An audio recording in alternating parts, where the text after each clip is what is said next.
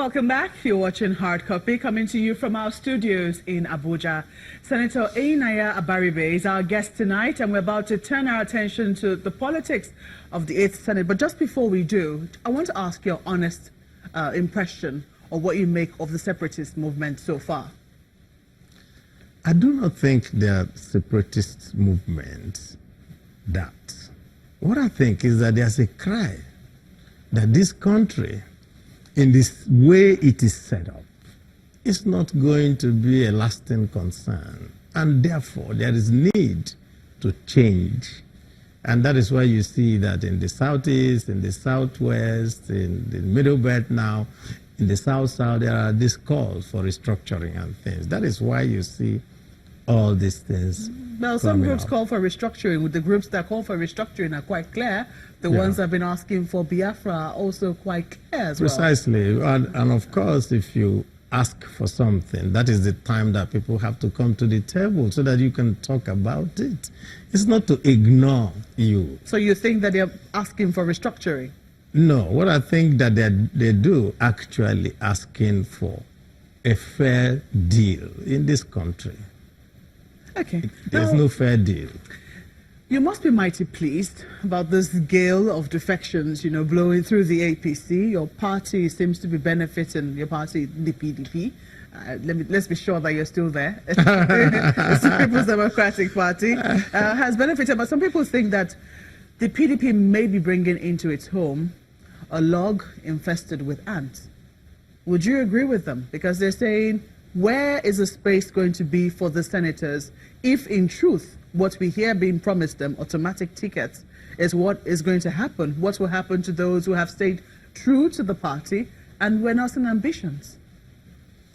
Let's put it this way. What we're saying is not defection. What we're saying actually is a homecoming of members who had left for reasons and thought that if they went somewhere else, they could get a fair shake, but found where they went to that it was even worse there. That impunity and all the other things that they accused, and of course, haven't seen that the PDP has been reformed, has been rebranded, that the PDP has come out and said, we have accepted that we made mistakes, and the PDP apologized to the government, to the people of Nigeria. They now said, this is much better for us.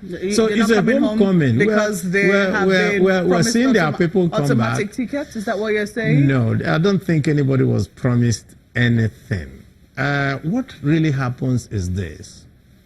If you're coming into PDP that has this umbrella that is very, very wide to accept each and every one of us, there are, if there are some set, there's templates which you use, and the templates are there. I have the template. I'm smiling because you talked about homecoming, and we all know the story of the prodigal son in the Bible. You know, when he came home and how resentful his older brother was, and there definitely will be members who will be resentful within your party. No, I never said they were prodigal sons. Okay. I only said that it's just a homecoming of our people who have gone and come back. That allegory used as well. You know, about prodigal sons who are coming back home. No, they're not prodigal. Well, I can tell you this for free. There are templates that PDP has developed over time that when there is people are coming back, how they are going to be fused into, how they are going to be welcomed, what they get and what they don't get. That is there. So it's not going to cause any rift at all. It's very easy sometimes to forget that you were once the deputy governor of Abia State. Oh, yes. I was going to ask you, what's your current relationship with former governor Orji Uzor Kalu? Cordial. We, after the whole thing, everyone went their different ways. This is another party, I'm in another party. When we meet in the field, we're going to have to slug it out. Of course, politically. But apart from that, are you surprised we have that no he's problem. facing corruption charges, stemming from his time in office, especially since you served together? No, I'm not surprised. Why? Because I was part of those who wrote some of the charges, and they sent it to EFCC when we saw the rot that was going on in the state. And I think in the last court session they had, I think his lawyer brought it up and was asking the EFCC man, that it was a disgruntled person who was a former deputy governor, was part of these people who wrote these things. Of course, there was a group of us who were concerned, who felt that this shouldn't happen. And I appended my signature. I don't have any regrets doing that. How do you think the politics of 2019 will pan out in the Southeast? How big an issue do you think that restructuring is going to be?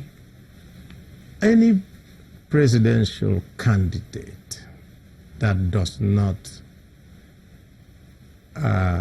agree with the fact that this country needs to be restructured will not get a vote in the Southeast. Because it is the Southeast that is suffering all the,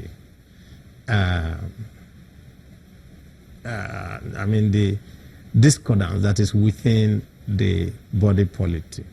Essentially, what the Igbo man or woman has as the motive is what we call Ebebere Ugobere, which is let the hawk and let the dove perch.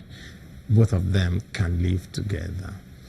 And so what we always want is a sense of justice and fair play.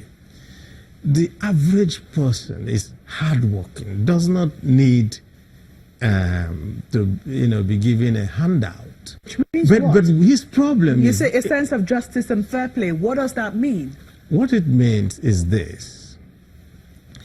You don't confine me into a small space of 5 states in which the total number of local governments will equal just 2 states in the Northwest, Kano and Jigawa. But isn't that the basis of landmass? That is it's not landmass. You don't create states on the basis of landmass. You create administrative units on the basis of people. That is the point. Persons. Now, even going beyond that, what you see is that some people took advantage of being the people who were in the military at that time and creating all these things to unfairly make another set of people to be, I hate to use certain words, which is always bandied about marginalization and all that. I don't. And now you see the economic policies are tailored towards making sure that you are an underclass. And so you climb out of it. You don't get a fair shake from the authorities. You don't get what you need. And so every time we ask the question, you understand? Distinguished, we're totally out of time. We definitely know that politics is something that will continue to be on the front burner, but we'll continue from there whenever we see you again. No, anytime you call me, thank you for coming on Hard Copy. Thank you very much. Well, that's the show tonight. We always love to hear from you, and very soon we'll have an entire segment dedicated to the feedback which we have received so far, and I can tell you it's enormous. So ensure your mail is one of them. Use the handles showing on your screen. Thank you for watching. I'm Maokbe Ogun Yusuf. Good night.